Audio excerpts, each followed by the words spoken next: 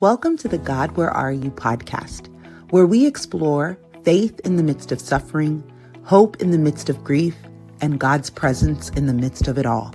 I'm your host, Dominique Young, and I wrote the book, God, Where Are You? Unmasking Your Pain, Uncovering His Presence, to share the lessons I've learned about finding God when life feels hard, confusing, and painful.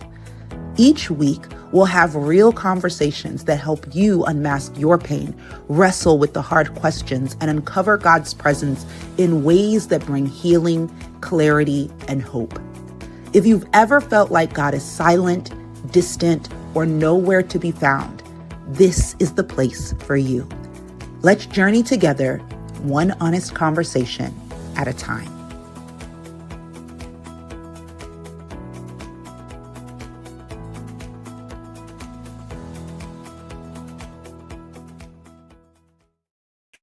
Hey, everybody, and welcome back to the God, Where Are You podcast. I am so excited about this episode. I was actually just having a little bit of a chat with our guest, whom you will love, and I was just kind of sharing my heart. I am excited for where this conversation is going to go because I actually think it's a conversation that in the body of Christ as Christians, we need to have this conversation more often. So I am super hyped and super excited to introduce to you Nyki Caldwell Brown. Drum roll, please, and all the virtual applause. Hey, Nyki.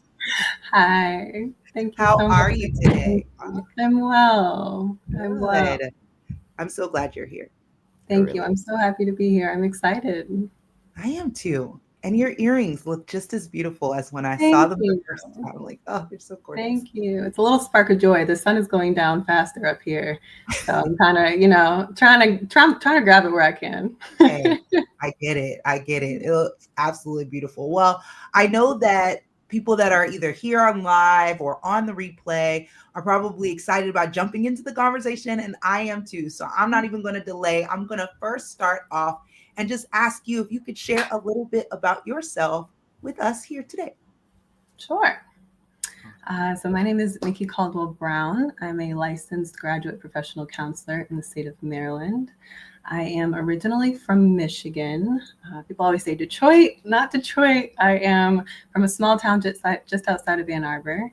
Born and raised, went to school in North Carolina, which is where both of my family's from. I've got a lot of pride in where I come from. So I rep Michigan and North Carolina.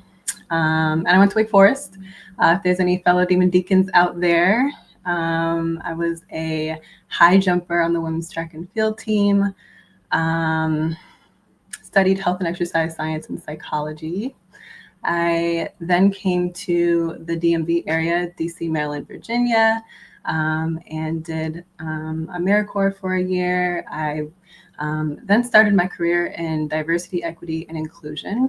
So that's kind of the background of where my career started. I worked for a consulting firm that was rooted in unconscious bias and kind of social science, which was a really awesome place for me to explore my curiosities, get to know myself better. I'm really grateful for that experience.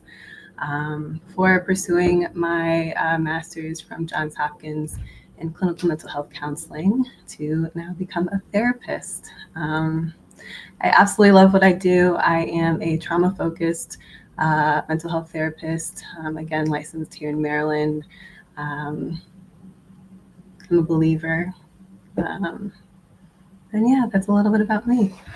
Wow, that's awesome. You know, it's so funny because I know you from sitting around Shannon's table. Yeah. And I feel like I've learned so much more even in this. I was like, I didn't know you were in AmeriCorps. That's so cool. Yeah. I don't know if you've seen, some of you might know out there's something called City Year. And we wear these bright red jackets and khaki pants and cheer the kids into school every day. So yeah, I did a little bit of that right out of college, which was a really valuable experience. That is so cool. That is so cool. And I love, based on just kind of where we're heading with this conversation, I love how you talked about you getting to know yourself even as you went in and out of all of these arenas, which is, I mean, that's quite the journey. And you went to Johns Hopkins. Now I'm so intrigued because Johns Hopkins has an amazing program there. That is awesome. Yeah. So you have quite the journey. Okay, so I'm going to jump in with this question. Okay. So today I really want to talk about like this concept of being okay with knowing ourselves. Mm. Um, and I think that it is something that within a lot of the Christian arenas that I have frequented, people are really nervous about knowing themselves. Like, I want to Mm. know God and I want to know less of me. Like, it's always like less of me, more of God, less of me, more of God, until I disappear. And Mhm. so, and it sounds real like spiritual and stuff, but then it's Mhm. like, it also sounds a little like toxic. Yeah. Um, and Yeah. so, I guess my question is, let's start from the foundation. What does knowing yourself actually mean from a clinical perspective? And what would you say? Are there any differences from a faith based perspective? Mm. Okay. What does knowing yourself mean? Um, I think know yourself is actually like a phrase that's really commonly used just every day. Like you got to know yourself. Um, and I wish people talked more about learning yourself because how are you supposed to know yourself if you don't learn yourself? Oh, that's good. And so knowing yourself is from a clinical view, um, being aware, being self aware, being aware of um, your uh, patterns, your habits, your thoughts, your emotions, your motivations, your values, being able to recognize when there is misalignment, when there is tension, when there's incongruence, when there's something that needs your attention. Um,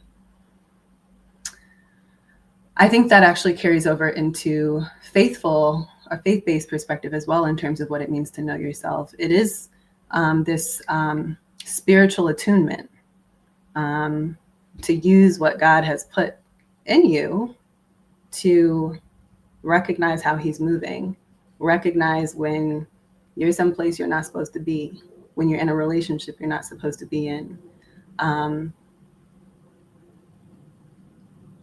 Faith-based knowing yourself, I think, though, is grounded in knowing who God says you are, first and foremost. You are fearfully and wonderfully made. You are loved. You are lovable. You're worthy. You are gifted. Um, and then allowing your relationship with God, having a relationship with God, allowing that relationship with God to um, use how you are made to know how to move in the world. That's good. That's good. And I love where you drew the distinction between knowing yourself and learning yourself. Mm-hmm. And I think, at least for me, and I'm going to be pretty transparent in this conversation because I feel like this is one of those No, conversations yes. for me, girl. I'm Mm-hmm. like, 'cause I realized that, I didn't really know myself and Mm-hmm. I didn't think about learning myself. I'm just like, I should know myself. What's wrong with me? I don't know. Mm-hmm. And when you said like knowing your emotions, like it, even now, struggle to figure out what I feel. Like Sure. my husband will say, "Well, what do you feel?" And I'll say something. He's like, "Well, that's not really a feeling." Yeah. And I'm like, "Ah, wait." And I have Go to use ahead, the husband. wheel. I have to Mm-hmm. use because I was so disconnected with Yeah. myself. And Yeah. so I guess that brings me to the next question, which is what are some early signs that someone um their self-awareness has been fractured? Like their sense of Mm-hmm. self-awareness has been fractured. Like you talked about emotions, you talked about values, you talked about all these different things that I know from my experience. I went a large portion of my life knowing or thinking I knew what everybody else felt, but not knowing what I felt Okay. or like looking at everybody else's feelings and trying to dictate my life around what they were feeling. If my mom Mm-hmm. was having a bad day, if my brother was struggling, if this Yeah. person, and then but you would ask me about me and I'm like, I don't know, like complete Yeah. disconnect. And so Mm-hmm. I guess what are the early signs that disconnection, that fracturing is happening where you may need to look more into self-awareness. But I guess I'm going around in circles because it's I'm such a personal following. question. Yeah, it's just such a personal question for me because I'm like, it took me a long time to even figure out that I wasn't self-aware. Mm, So, because I thought, I wasn't even thinking about it. It wasn't on my mind. It just, and until I was completely breaking down, I had no idea I wasn't self-aware. And so I'm trying to help other people like, hey, what are some signs? Maybe yeah. if you don't even notice that you're not self-aware, what are some signs that people may be able to see in their lives? There's so much I wanted to respond to there. I want to answer the question, but I'm like, oh, but that was good too. First of all, I think that so much what you said is relatable, especially when we are socialized as girls and women, or especially socialized as people with marginalized identities. We are brought up to consider everybody else before ourselves. And that's actually something our nervous system learns as like a survival thing. Like my value, my sense of worth, my identity, and also my safety is to consider and care for and nurture other people. And so a lot of times it's not, and we don't have a sense of self. We don't have a sense of what's true for us because we haven't been encouraged. We haven't been nurtured to explore that. So that's one thing. What do early signs of a fractured self, disconnect from self look like? I think that can look like a number of things. Hypervigilance, not being able to trust anything around Oh, you, always wait, go on the back. lookout. What's Okay. hypervigilance again? Okay, say it again. Hypervigilance, yeah. Taking So notes. hypervigilance is always, it's being on alert. So always like looking around for danger, like always assessing. A form of hypervigilance could be always being concerned about other people. What are other people doing? What are they thinking about me? Right? Dysregulated emotions. And that can be anything from having intense emotions over things that are not so intense. That can be feeling numb to your emotions, not actually feeling much. Both are actually stress responses and trauma responses. It can look like a lack of accountability. It can look like people pleasing. It can look like avoidance. It can look like shame-based talk. One thing I like to distinguish is the difference between guilt and shame. So guilt says, I did something wrong. Shame says, I am wrong. I am bad. I'm not enough. Okay. These critical ways of looking at ourselves actually represent a disconnect from self. Feeling responsible for other people's emotions, being incredibly afraid to disappoint people, difficulty trusting yourself or others. There's a lot of signs that there may be a disconnect within yourself. So that's kind of what I see most commonly, and also what I may have experienced from time to time. And why does this happen? I know you touched on it a little bit in marginalized communities where we're just sometimes you can be taught to really focus on other people. Yeah. Are there any other like reasons that this kind of disconnection from Yeah. self happens? Yeah, there's a number of reasons. I mentioned trauma. Trauma is something that is more expansive than what society and what the DSM-5 tends to acknowledge, right? We think of it as anything, we tend to think of like war, or we tend to think of car accidents, or clear instances of abuse. We don't tend to think of having a parent that wasn't available when you needed them. And that could be for a number of reasons that weren't even malicious. Maybe your parents had to work and they weren't there to help you with your homework, or maybe you were the eldest child who had to care for your little siblings. So neglect or lack of consistency from caregivers is a reason why people may experience that disconnect from self.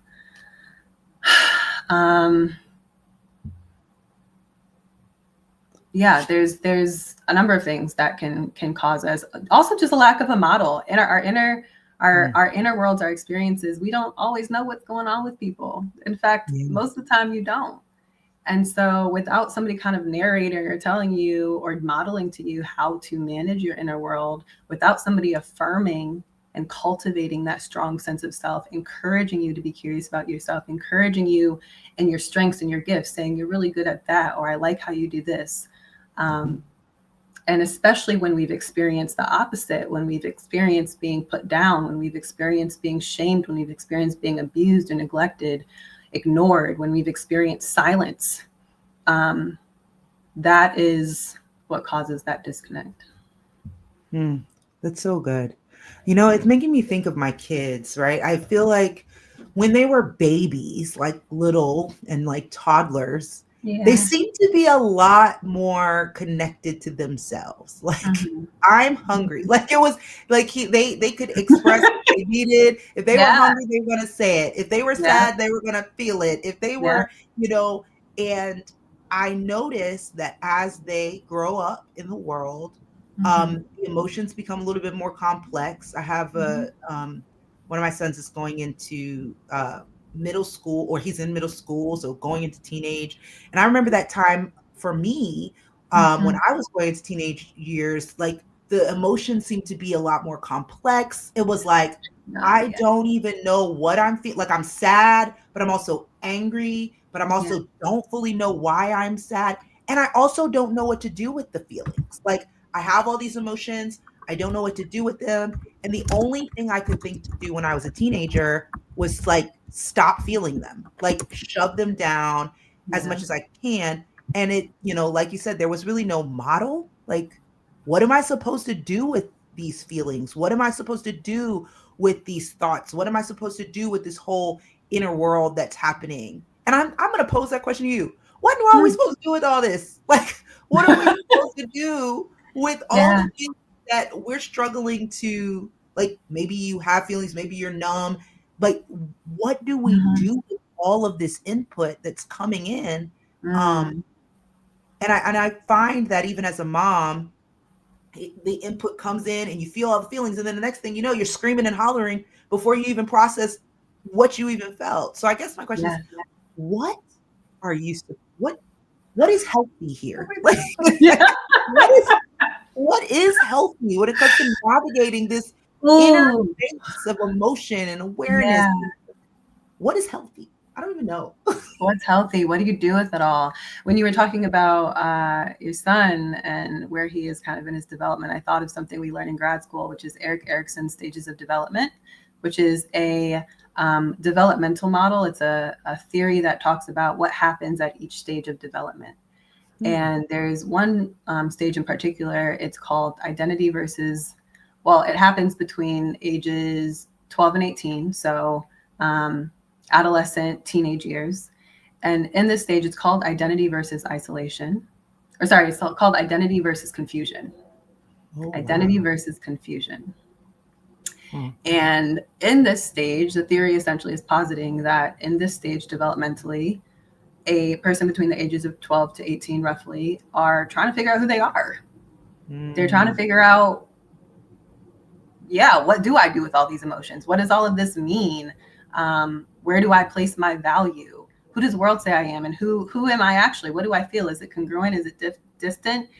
Folks who have been nurtured in their development, folks who are supported in their development, folks who have people modeling emotional regulation, folks who who are have folks around them who are curious about what they're experiencing. What are you feeling? Um, Folks who are affirming feelings. It's okay to be angry. It's okay to be sad. It's okay to be confused. It's okay to be happy. Whatever it may be, are able to accomplish that developmental stage and have a stronger sense of self, have a stronger sense of identity. Folks who do not have those resources for whatever reason tend to be much more confused about who they are and how to manage their internal world. Um, mm. And then and does that so, confusion, so say yeah. you go through that stage, Mhm. of 12 and 18, and let's say that you don't have people around you that model, emotional regulation. You don't have Yeah. access to that. And let's say you kind of land in this more confused space. Does that follow Mhm. you into adulthood? It can. Mm. One thing, though, that I'm often working with clients about is learning how to give yourself what you may not have had growing up, right? Many of us carry wounds from childhood. Wounds can be healed. And a lot of times there's clear distinctions between a child and an adult, first of all. I will laugh about it because almost every client I've worked with gets to the story where they tell me where adulthood slapped them in the face. And they were like, what's going on here? What's all this? You mean I have to pay my bills and make dinner and do the laundry and be employed and also have a social life and all of these things? And it's so much, and know how I'm feeling and checking on my friends. It's so much. It's too much. And while we may carry those wounds from childhood, a child is dependent, right? Also, a child does not have a fully developed brain. My dad used to always say, your brain is not fully developed until you're 26 years old. And that was Oh, his way of wow. telling me that I was not thinking clearly about the situation. And the answer was no. Okay. But it's true. It's actually true. Your brain does not fully, especially this frontal lobe, the executive functioning, the part that makes decisions and is logical, it's not fully developed until you are 26 years old. And so I say that to say a child does not have the resources that an adult has. A child is relying on the resources that adults give them, the modeling that adults give them in order to have their needs met. And there's different things that a child will have to do to survive, frankly, their childhood. And they may survive. Our brain, our nervous system is quite literal in that regard. We have these defense mechanisms that protect us, and they're called fight, flight, fawn, or freeze. Happy to talk about that if that's helpful. But our brain is like, but did you die? And if you are still breathing, your brain is like, I did my job. But what your child brain may have had to do in order to survive may be causing problems for you now because your nervous system is still in that defense posture. You've got all these things around you that are reminders of what may have been threatening in the past. Say you had a parent who was inconsistent and now you are in relationships where people can't always be available. That may trigger abandonment. That may trigger, I'm not safe. Your brain reacts to that. You go into this defense reaction. It's reflexive, right? To protect yourself, but that might be keeping you from being connected in relationships as an adult, right? That may be keeping you from pausing to actually sit and assess the situation and say, am I in danger like I may have been when my caregiver wasn't there for me? Or am I actually, is this different than now? Am I actually safe enough where I can breathe? I can disarm my defense mechanisms. I can look at the situation and I can think logically to say, that person may not be available now, but that doesn't mean they don't love me. That doesn't mean I'm not going to eat. That doesn't mean I'll never see them again, which are ways that a child's brain may have to make sense of what's happening. And so rebuilding your inner world, particularly when the safe relationships may not have been something you had growing up, looks like starting with yourself, giving yourself the resources as an adult that you now have access to that you didn't have as a child. That is seeking safe relationships where you can. Friends, family members, church members. It might be a stranger on the sidewalk who comes up to speak to you and says, I just wanted to tell you, you look nice today, or I really appreciated what you said, right? Those are affirming things. Slowing down to notice the disconnect. Pause. What is true for me? What am I noticing?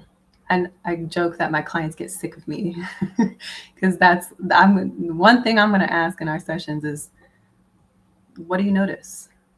I see this emotion coming up. Okay. You're feeling like you might need to cry. What does needing to cry feel like? Where do you feel that tension? Is it in your throat? Are your hands tensing up? Do you feel heat anywhere? Do you feel tingling anywhere? What does anxiety feel like?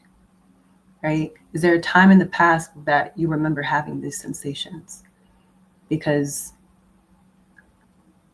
there's so much that lives in the body, like our emotions, that we may not have access to cognitively. We may not remember up here, but our body remembers. And so we want to pay attention to, okay, what's happening within me?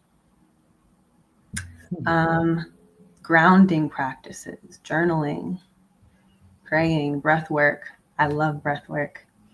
And I love breath work because it is neurological. We just sit right now for a moment and take an inhale and an exhale. And maybe one more time. Inhale and exhale. Can you feel a shift? Yeah. Even just a little one. Mm-hmm. And I don't take for granted that it's not always easy to breathe. But I think it's profound that our breath is there with us, even when we're not paying attention to it. Even when we are distracted with all the busy things happening around us, even when we're running around with our anxious thoughts, even when we're attending to other people, even when we feel like we can't breathe, ever so slightly, that thing has been with us since the day we came into the world. It's still there. Other people may not have been there. Your breath is there. And so turning our attention to our breath is a way to connect with what's happening, connect to ourselves, find the ground. That's my prayer every birthday. Lord, keep me close to the ground. Lord, I want to feel grounded. I want that peace that surpasses understanding because it's wild out here. It's wild. Yeah, connecting with your personal values. What's important to you? Not just what should be important to you. What is important to you? Maybe the disconnect that you're feeling is happening because you're not living in your values. You're not living in what's true. Maybe you haven't had an opportunity to actually identify what you value. And lastly, I'll say naming your feelings, developing your language to identify what you are experiencing. You mentioned the feelings wheel earlier. That's an awesome resource. You can literally type in feelings wheel, go to feelingswheel.com, and it'll show you this colorful wheel that has some of the main emotions we're aware of: happy, sad, angry, what have you. And it'll continue to branch out into synonyms of those words. So maybe happy is joyous or ecstatic. Maybe angry is jealous or resentful. Practice getting specific about what's happening. Where do those emotions live in your body? Where do you feel anger? How do you know that you're angry? How do you know that you're anxious? How do you know that you're tired? How do you know that you're sad? How do you know? What is your body going to do to tell you this is what's happening for me right now? Our emotions are signals that say, pay attention.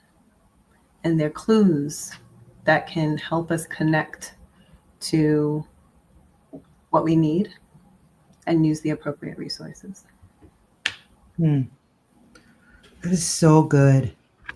There's so many amazing things that you said. And one of the things that I wanted to kind of pull out and ask another question surrounding is you kind of talked about, naming, developing language for the emotion and awareness of like how that emotion is experienced in your body. Yeah. And if you're starting from ground zero, right, and you've never done anything like this, you've never tried to name your emotions, you've never actually try to figure out where the emotion lives or where it's sitting in your body. How would you start with the practice like that? Like, how would you start to would you just sit there and kind of try to make yourself aware? Like, what does that look like? If you're starting out on noticing yourself, a lot of people are afraid to notice themselves. Yeah. A lot of people are afraid to experience their emotions truly and spend a lot of time and energy avoiding it. When I ask why, there's a fear of complete overwhelm. And that overwhelm can be equivalent to feeling like you're going to die. For some people, it's a fear of, if I open that up, if I start crying, I might not ever stop. Yeah. There's this fear of losing control. And so folks avoid it altogether. They shove those emotions down. They push them away. They deny them. They shame themselves for having certain emotions. It may come out in different cognitive distortions. They may project their emotions onto others. I'm not allowed to feel this way, so I'm gonna say that's what's happening over there. I'm not allowed to feel angry or jealous, so I'm going to act proud and admiring. That's actually a cognitive distortion, to feel one way, so you act the complete opposite because how you feel is not socially acceptable. That happened to me yesterday, girl. I'm thinking about it. Did. Okay, so just I like to give my story to help people because I mean sometimes we don't talk about it, right? I saw something and it was a friend of mine and something happened in her life that was great, but I was jealous. I'm being honest, I was jealous. And so I was like, oh my gosh, what's wrong with me, girl? And so then instead of even dealing with the fact that I was jealous, I immediately was like, girl, I'm so proud of you. This is so great, so awesome. And I'm like, I never actually dealt with the fact that I was jealous. I just immediately tried to cover it up with something I felt like was more allowed. Like, oh God, I'm so proud of you. But you know, the immediate, and I still struggle with it. Like for the rest of the day, I was like, I'm jealous. I'm struggling with this. I'm struggling with this tension. I'm struggling with why did it happen this way for her? And I'm struggling with it for me. But instead of even dealing with it, I just immediately jumped into, you're great. You're so like, why do we do that? That's so interesting when you mention that. Oh man. Thank you for sharing that. That's vulnerable and that is so relatable. We don't like to talk about being jealous. Yeah. But if we're honest, so many of us, all of us can relate. We know what jealousy feels like. Yeah. And it's not a bad emotion. We don't want to react to our emotions. We want to be able to experience them, notice them. Where do you feel jealousy? What is this telling me? Maybe this is showing me the desires of my heart. Maybe this is holding me accountable to something I didn't do that I was supposed to do. Maybe there's something underlying that jealousy. Maybe it's guilt or shame. That's so interesting.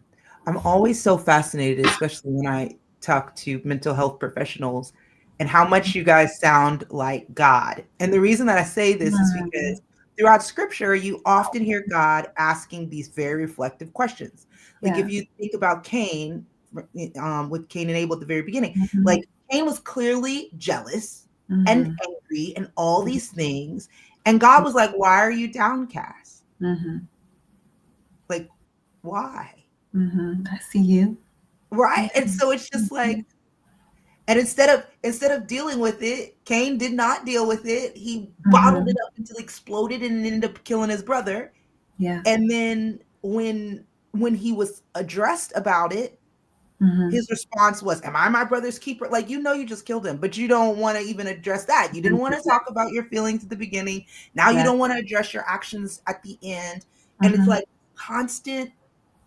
this constant like hiding away parts of ourselves, and like hiding more and more.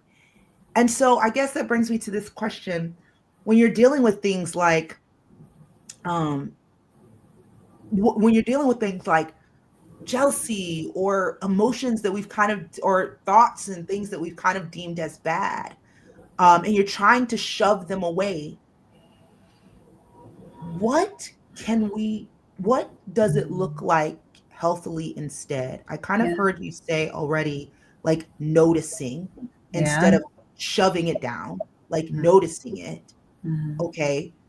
And now that I noticed it, and now I'm even more upset. Like I'm like, Mhm. I noticed I'm Yeah. jealous. This is horrible. Like what Mhm.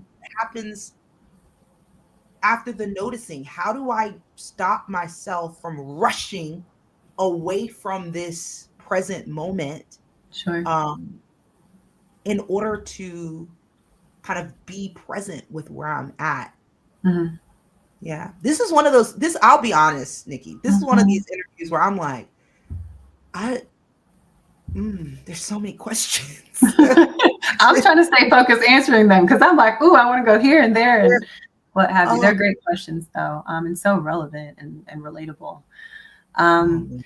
so what happens next? I want to address first, why do we notice? Why am I asking? And my clients will ask me this. I'm glad. Why, I'm glad you. why do you Right, keep I asking me that agree question? with your client. Why do I need to sit and Why? experience my emotions? What we are doing when we are noticing our emotions, our sensations, our reactions to our emotions is we are building our tolerance. We are developing our tolerance for our experiences. We're developing our tolerance for our inner world. When we have a low tolerance for our emotions, we are easily sent into our defense mechanisms. We're easily sent into overwhelm.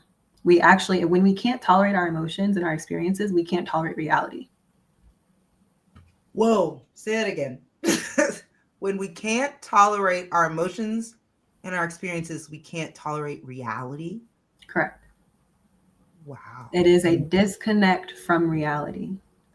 Now, mind you, again, I'm a trauma focused therapist. There are times in our lives where we have had to disconnect from reality to survive. There was a threat, whatever it may have been, relational, physical, emotional, verbal, there was a threat. And the only way to survive that was to disconnect, right? Hmm.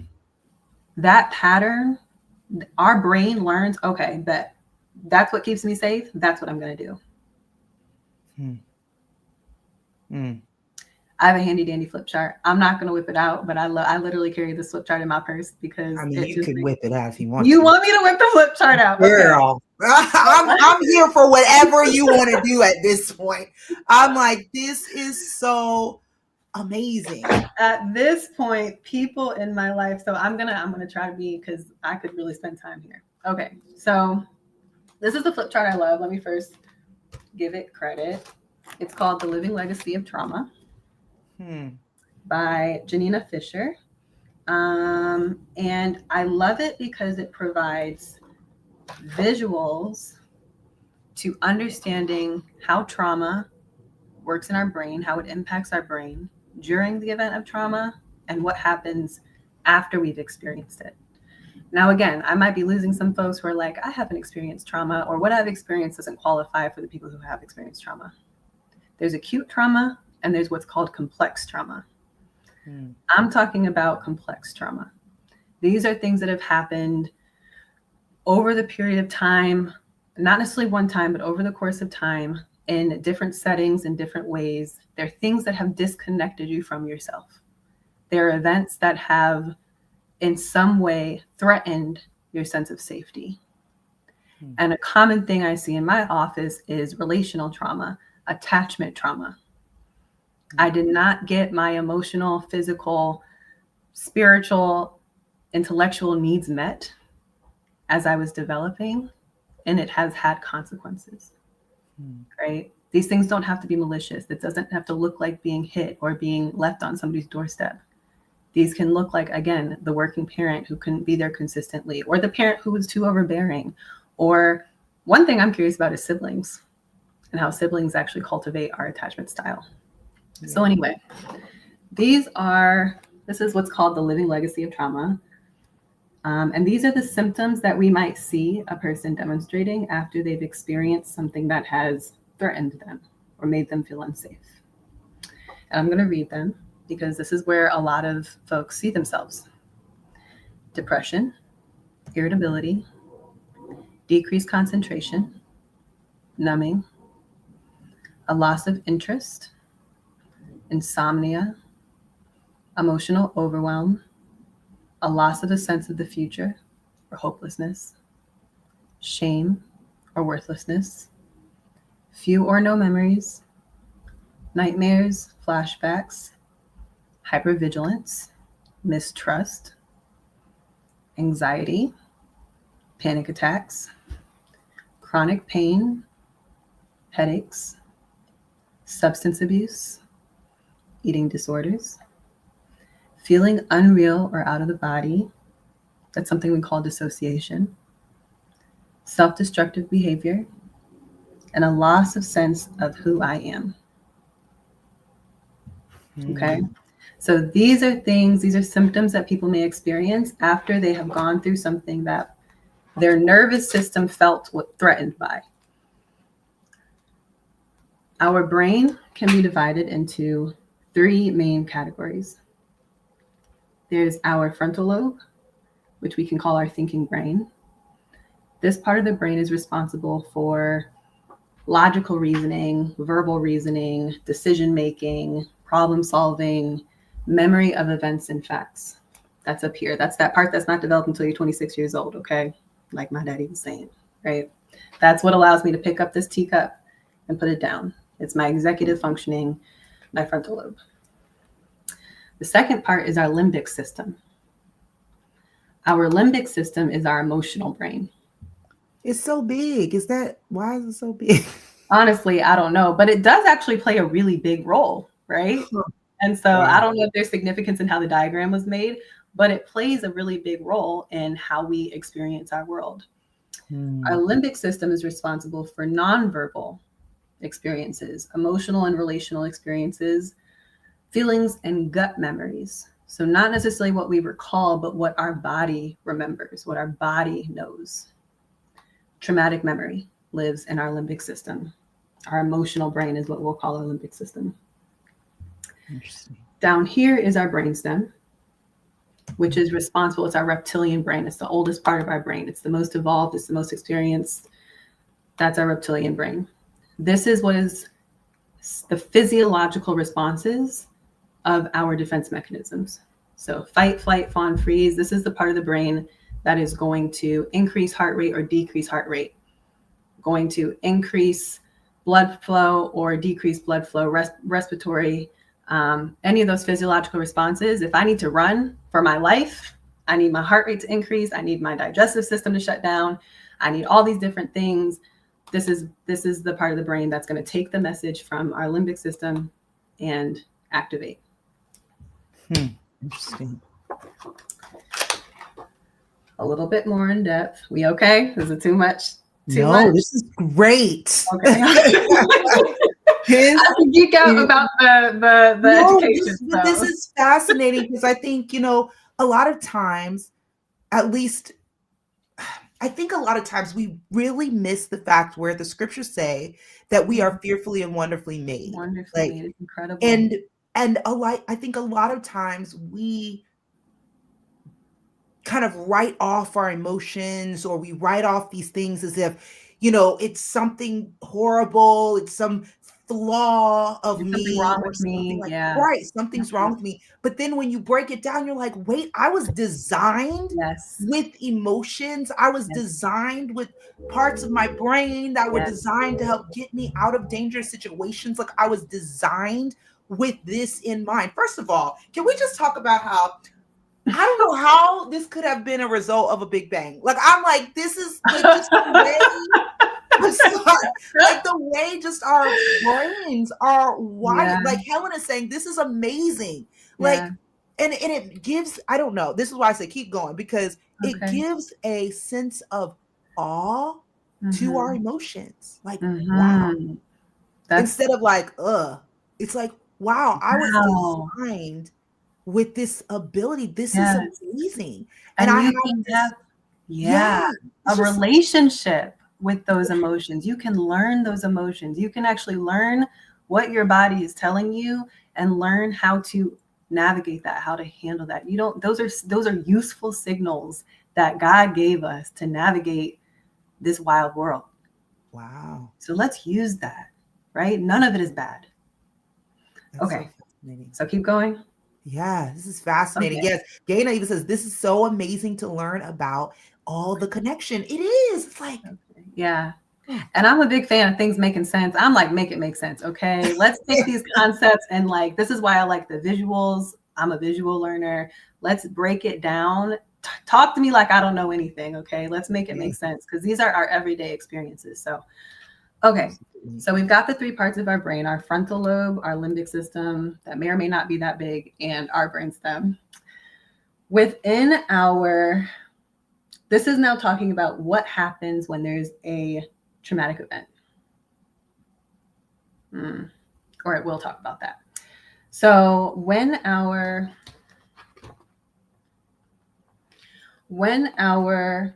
nervous system, when we experience a threat, our frontal lobe, our thinking brain, our verbal, logical brain goes off of line. It goes offline. Why? Why? There's something called the amygdala, which you've probably heard of. Mm-hmm. Our amygdala is responsible for a number of things, but it is one of its primary responsibilities is scanning for danger. It's our body's smoke detector. It's constantly scanning for any signs of threat or danger. When our amygdala also lives in our limbic system, our emotional brain. Okay. So emotional memory center is our amygdala, constantly scanning for danger. When our amygdala senses a threat, there may be something threatening here, our frontal lobe goes offline. We need our resources to stay safe. Okay. We need all the resources we can. So it's going to turn our frontal lobe off. It's going to send a message to our brainstem, depending on what's going on, to either fight. I'm going to fight the danger off. Flight. I'm going to run. Freeze. I'm going to hold really still and hope that it just doesn't see me. Or fawn. You can think about a puppy on its back if it's done something wrong.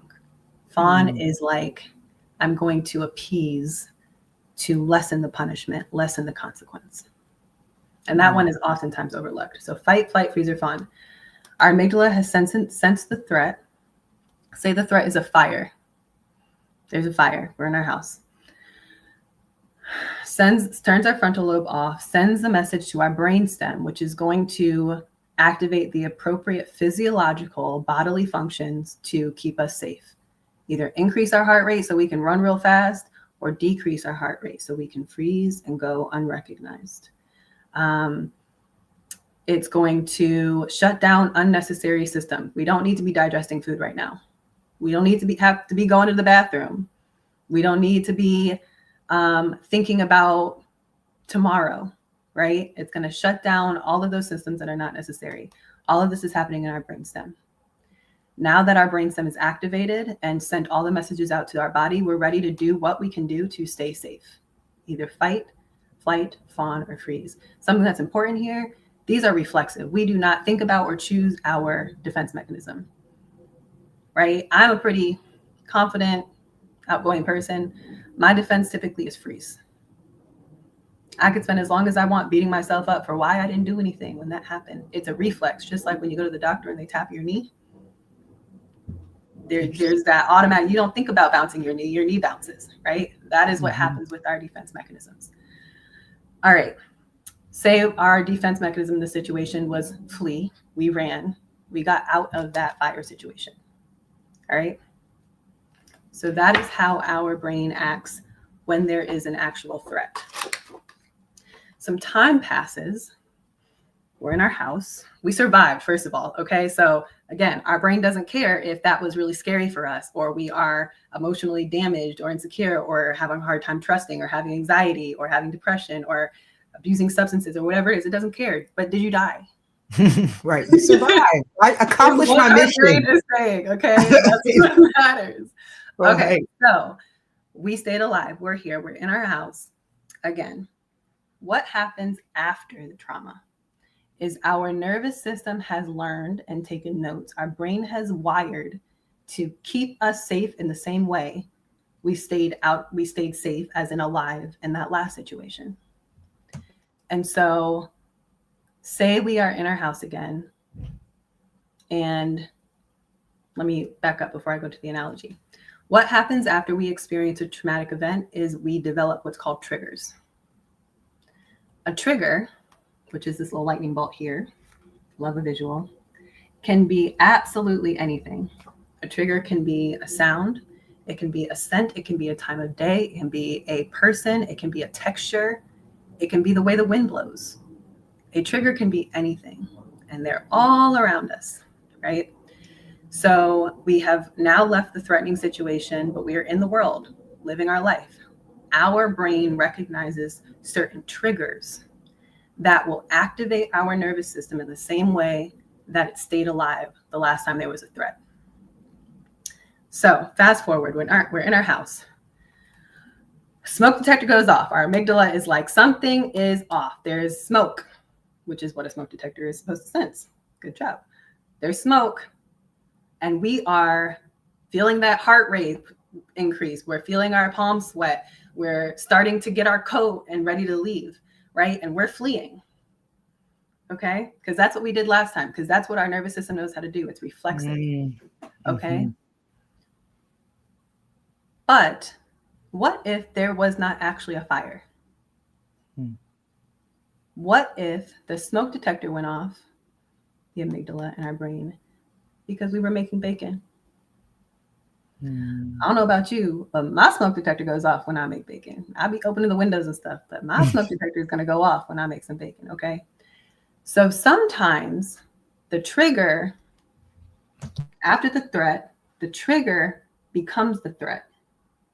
Our brain responds to the trigger in the same way it responded to that threat. What we have to learn how to do, that's what this says down here, the trigger becomes the threat. What we have to learn how to do is to recognize and assess, is this a trigger or is it a threat? How do you do that? Well, we have something called our noticing brain.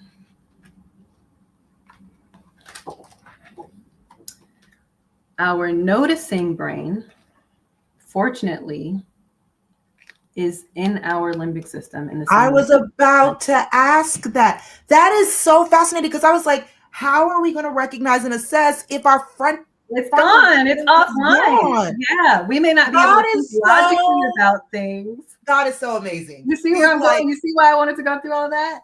So we practice noticing what is happening. Okay, I notice I'm feeling anxious. I notice my heart rate is increasing. I notice that it's a bright sunny day. I notice I'm in my house. Oh, I notice I'm cooking bacon. Is bacon going to harm me? Am I in danger? No. What happens then? Our limbic system can then send a message to the brainstem to say, we are not in danger.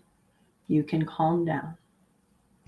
Okay, I have a question. This is fascinating. So this frontal, what is it? What is it called? Lobe? The frontal lobe is your decision-making brain. Yes, thinking brain. Thinking brain. Okay. But your noticing brain sits within your limbic system. Correct. So though you may not be able to like do deep thinking, you can notice. You can notice. Interesting. So when my clients are like, why do you keep asking me what I notice? And a lot of times I can tell my clients are about to cry, or they're having a physiological reaction before they say anything, right? Many of us, myself included, when I'm about to cry, my throat gets tight. I might clench my jaw. Some people, their skin changes colors, right? You can oftentimes notice a reaction when somebody is angry. You can notice what the body posture of somebody is who feels sad. You can notice the body posture of somebody who seems hypervigilant, right? We have these gut reactions to the world around us. That person doesn't feel safe for me. I don't know why, but they don't feel safe to me, right? So we practice noticing. We can set time limits. We don't have to sit here for an hour and notice everything that comes up. Set time limits.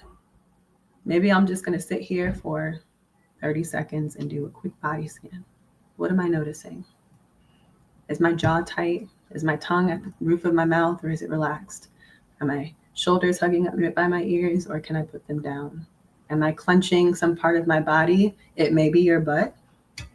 It may be your toes inside your shoes or your socks.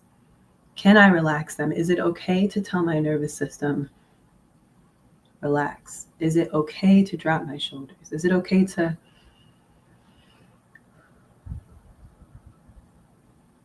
There are times where it is not safe to put your defenses down. It's so good that we are beautifully and wonderfully, fearfully and wonderfully made with this amygdala that can scan for safety, scan for danger. The job of the smoke detector is not to say there's a threat. It's to say there might be a threat. There's something that reminds me of a threat. You then can use your noticing brain, which lives in the same part. You still have access to this part. You have access to, okay, I'm feeling something. Maybe we don't have the language yet. Maybe we use a feelings wheel to help us identify the language. Maybe we talk about a visual. Maybe we create a landscape. I'm visualizing tall trees or dark clouds over the ocean, whatever it may be, to try to describe and draw our attention to what we're noticing. And then we can assess, is there a real threat? Or is it something that reminds me of a threat and I'm safe enough? Now, I say safe enough because a lot of people don't know what safety feels like. Again, their experience of the emotions is not to have them or not feel them. And if they feel it, it overwhelms them. And that feels like they're going to die or they'll never stop crying. As we practice noticing our emotions and allowing a little bit of room to experience them, we are actually teaching our brain, your emotions aren't going to kill you. Your emotions, you actually can tolerate the emotion. You can tolerate the experience. You can tolerate the discomfort in this moment. Maybe you're uncomfortable because you're just not used to it. Maybe you're uncomfortable because you're having to sit with the reality of not knowing, which is a reality, right? We're not designed to know everything that's coming next. But I can actually experience that. I can name that. There's science that actually says that naming emotions decreases the intensity of them. I can trust myself to experience this, and I can still notice my breath is still there on the other side of it. Therapy is a really great resource for practicing this. Maybe it is too overwhelming to do this on your own, and that's okay. A therapist can absolutely create that space, develop the relationship so that you can start to practice tolerating your emotions.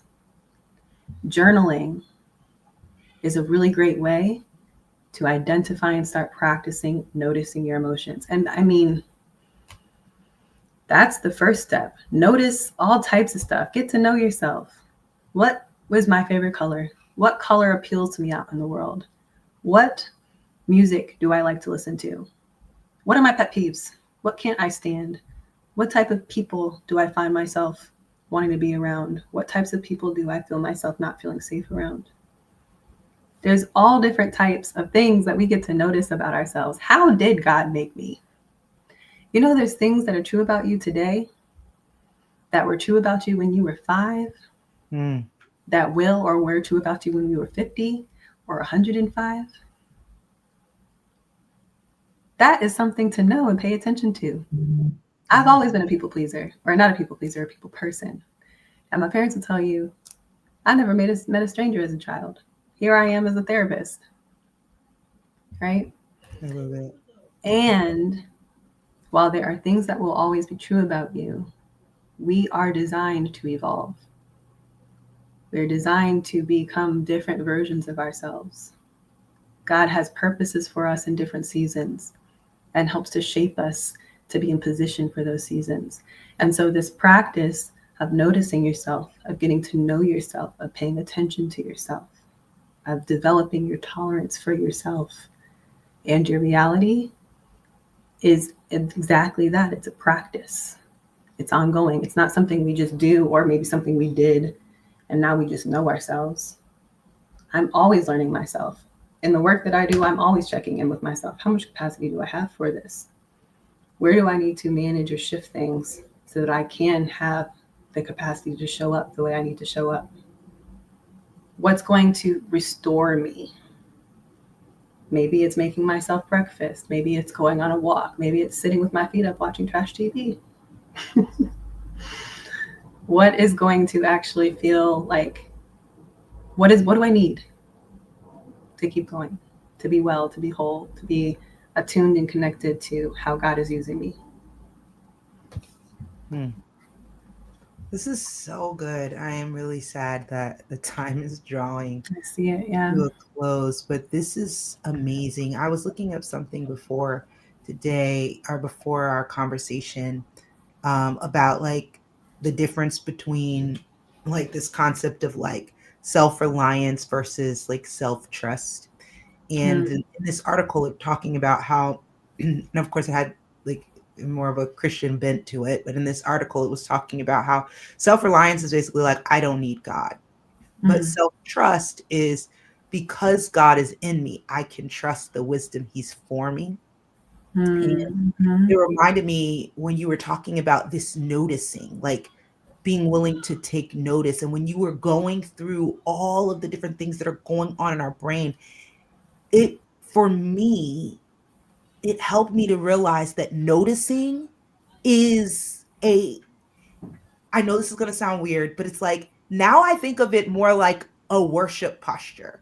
I'm like, wow, God, you have made me this way. I want to take notice. I want to see how this body and mind that you gave me works. I want to pay attention, and it kind of reminds me of like your parent. I know our bodies are not cars, but it reminds me of your parent giving you like this really nice car, right? And you get in it and you like start flicking the lights on. You like, where's the little thing that pops the trunk, and where's the little thing that, where, if I need gas and stuff, and you pay attention and you're like in awe of this car. You're like, yo, this is so dope. I mean, I think about when I got of my first car. It's like, whoa, this is so cool. And so it's just like, taking that posture even with ourselves and noticing. And also, I think sometimes when we think about trauma and our response to trauma, at least for me, we could have a lot of shame around it. Like, why do I still do this? Or why am I? But when you think about everything you just said, it's like, yo, like my brain was keeping me alive. Like it was doing what it was designed to do. It was helping me to survive. Oh man, I might cry.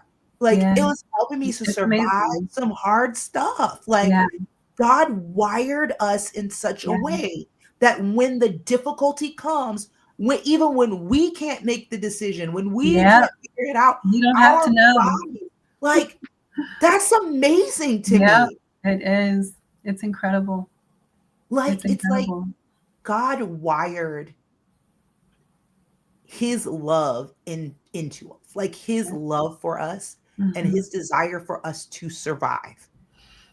He designed us with that. Like I wish, sometimes I wish I could put my children in a bubble wrap so that nothing would happen. Or when something happens, this bubble wrap would activate and it would protect them. And I think about our brains and how you've explained it. God kind of wired us with a system in which when we go through stuff, it helps to protect and insulate us a little bit. Even if it, like we say things like, disassociation. I know that we shouldn't walk around in our everyday life disassociating, but like you Mhm. said, there are moments when that helps us survive. Like for us to be able to Absolutely. pull out of reality for a moment, if the Mhm. reality is way too traumatic, Yeah. like it helps us to survive. God, uh, Amazing. It's it's amazing. amazing. Thank you, God. You're amazing, God. Wow, God. Wow. Who And would have it's thought by looking at your emotions and looking at mhm, you would be like in awe of God. mhm. I didn't see this coming. This is amazing. Yeah. Mm.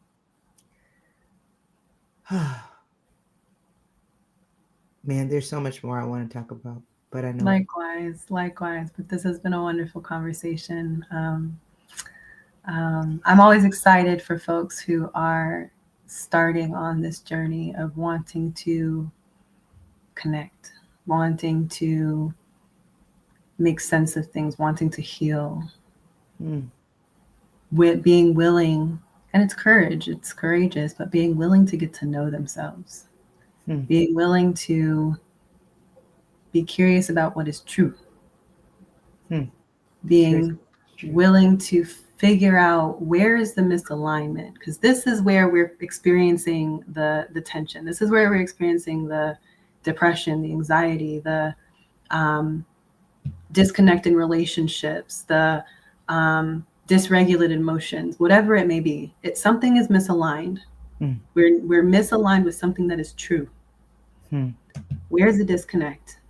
What are your emotions pointing you towards? And mm, how can we find greater alignment by honoring our truth, honoring how we feel? That doesn't mm, mean react to every emotion. My experience of my emotions often comes before my understanding of them. mm, And so I've had to practice one, noticing that pattern. I'm going to experience it before I'm going to understand it. Sometimes I'll be sitting on the couch and I'll just tell my husband, I feel sad. He'll be like, why? I don't know. mm, I don't know why I feel sad. It hasn't come to me yet. But right now, I know this is what sad feels like. And maybe I know what I need or what I would like. Maybe I would like to just have a hug. Maybe mm, I'd like some space to sit by myself and try to sit with that emotion and figure out, why am I sad? Oh, it's a significant time of year. I forgot the date, but my body remembers what was happening for me all those years ago. That's why I feel sad. Oh, the sun is going down at 5 o'clock.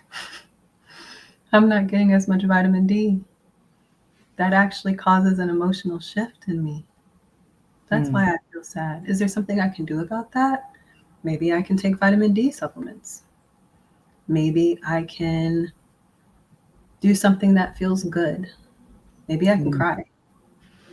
Maybe mm, I can talk to somebody. Maybe I can journal. And I know that once I recognize that emotion and honor that emotion, they don't typically stay. There, it's like an ocean. It's like a sea. mm, It'll come and it'll go. Somebody once asked me, what does processing your emotions even mean?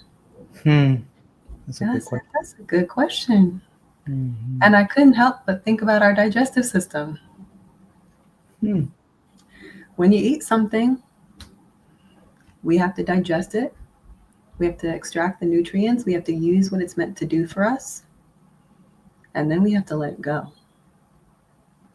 And if we are not letting go of what we're experiencing, we experience problems.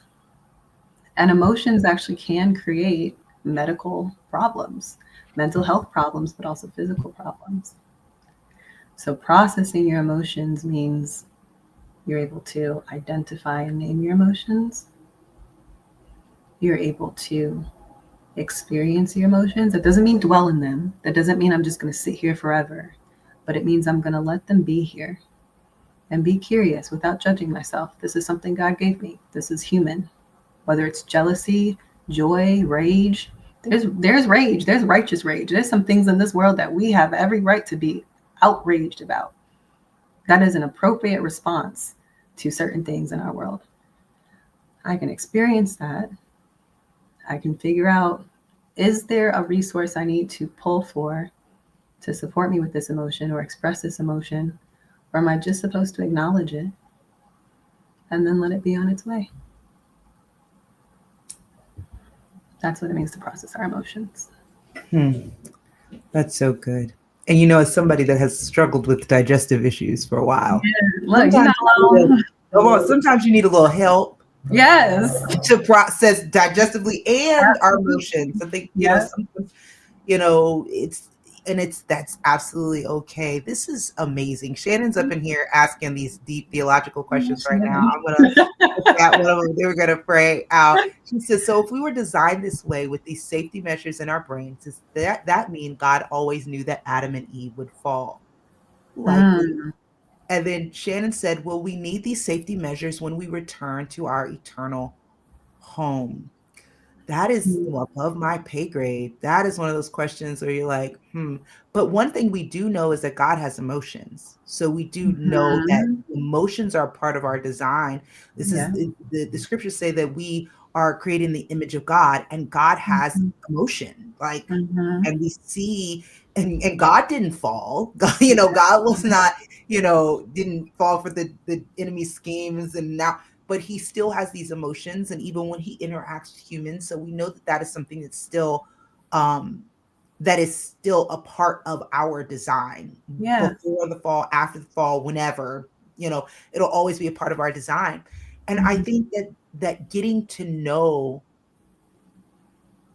everything, like being in awe of creation, ourselves included, like the fact that God created us with emotions, and then he looked at us and said, it's very good. It's very good. Yeah. That's amazing. Like he wired, because you don't see after the fall him rewiring us. Like, they don't fail. Let me go back into their brain and fix it. Right. No, I messed up. Right. You don't see that. He doesn't do it again. He doesn't say, let me.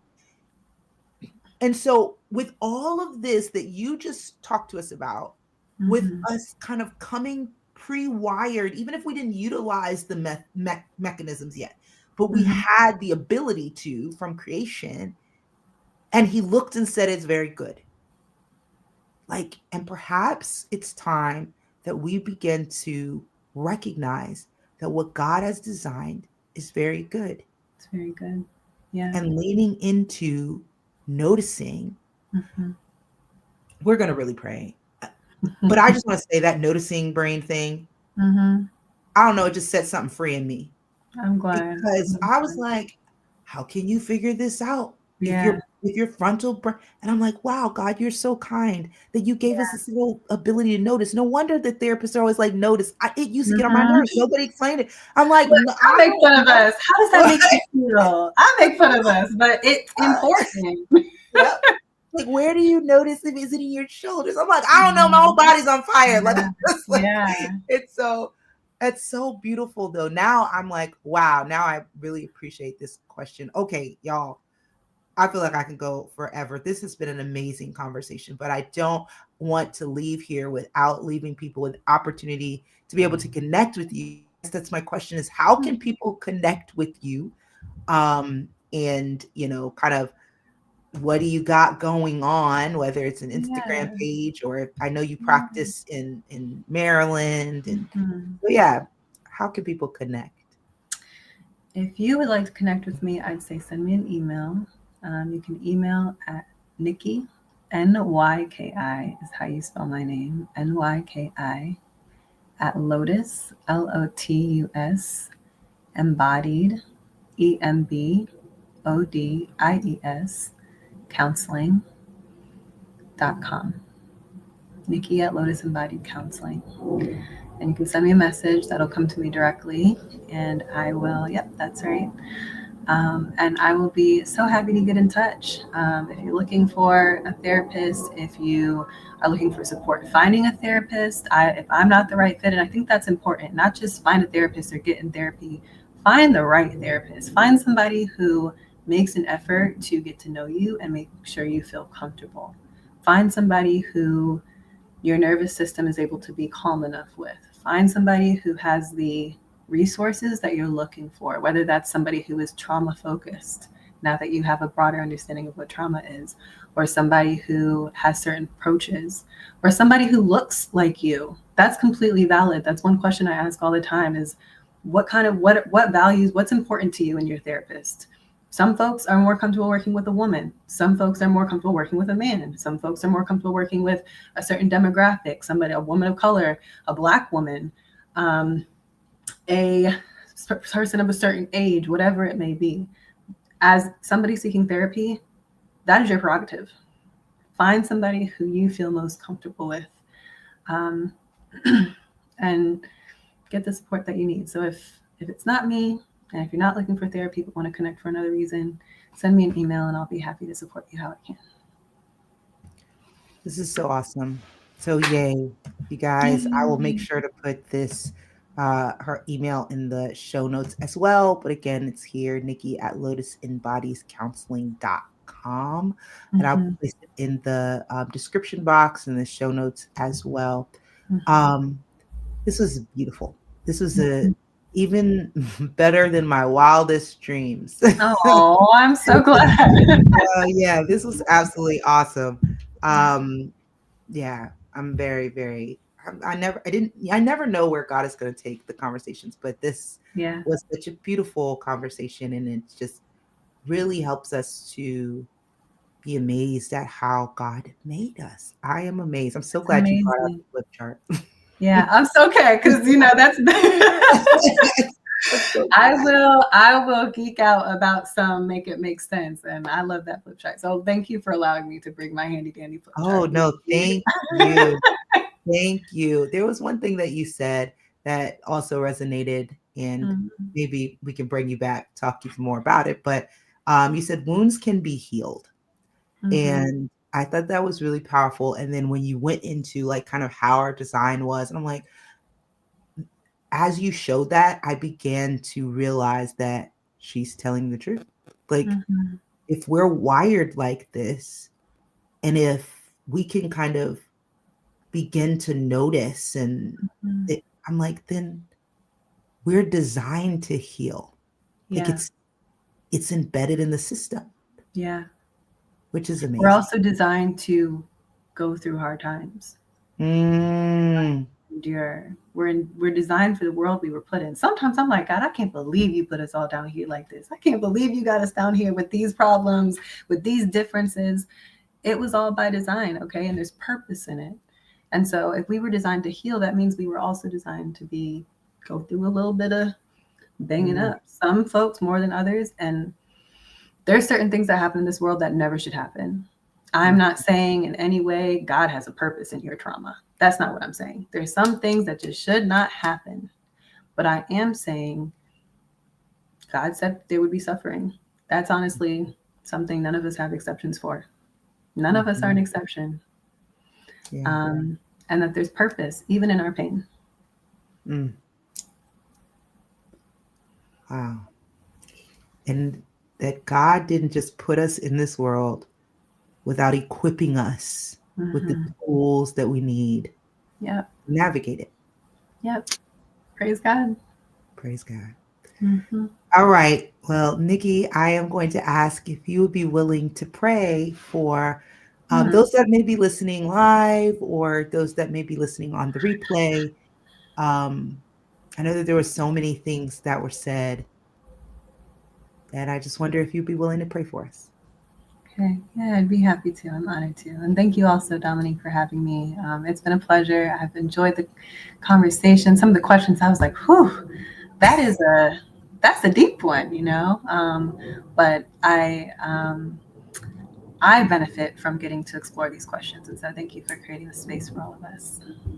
Oh, thank you. This was awesome. So awesome. All right, let's pray.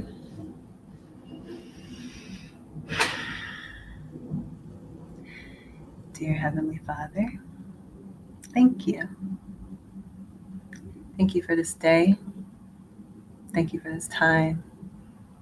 Thank you for this opportunity to come together and to connect and to explore and to be curious and to see you in ways that we may not have seen you before. We thank you for the incredible way that you have designed us. We thank you for being the creator. We thank you for being a masterful creator. We thank you for making us such masterpieces. We thank you for all of the gifts that are on this call. We thank you for all of the talents. We even thank you for all of the struggle. We thank you for the purpose that you've placed in each of us. We thank you for our breath and for the resources and tools to navigate this world. We thank you for community and connection. And we thank you for healing. I pray, Lord, that you would allow this work to continue to move with those who have been able to be touched by it in some way, that you would allow it to continue to unfold, that you would allow it to be the next step in somebody's life, to bring them healing, to bring them peace, to bring them joy. I pray that you would continue to protect us in mind, body, and spirit. I pray that you would continue to allow us to feel your presence. And for those who can't feel your presence, I pray that you would allow them to meet it and to be able to be embraced in it, to experience that peace that surpasses understanding. I pray that you would calm anxious hearts and anxious minds, that you would bring joy to depressed spirits, that you would bring clarity to confusion, and that you would allow each of us to be a blessing towards your perfect plan. These things we ask in Jesus' name. Amen. Amen. Amen. Amen. Nyki, thank you so much. This was absolutely amazing. And I pray that whether anybody that's listening live or on the replay, I pray that God met you here and that we're all leaving with a sense of awe and wonder at how amazing God has designed us. Mm-hmm. Nyki, I'm going to ask if you could stay on after this little video plays, but everybody else, we'll see you on the next podcast. Bye, everybody. Take care. Thanks so much for joining me for today's episode of God, Where Are You?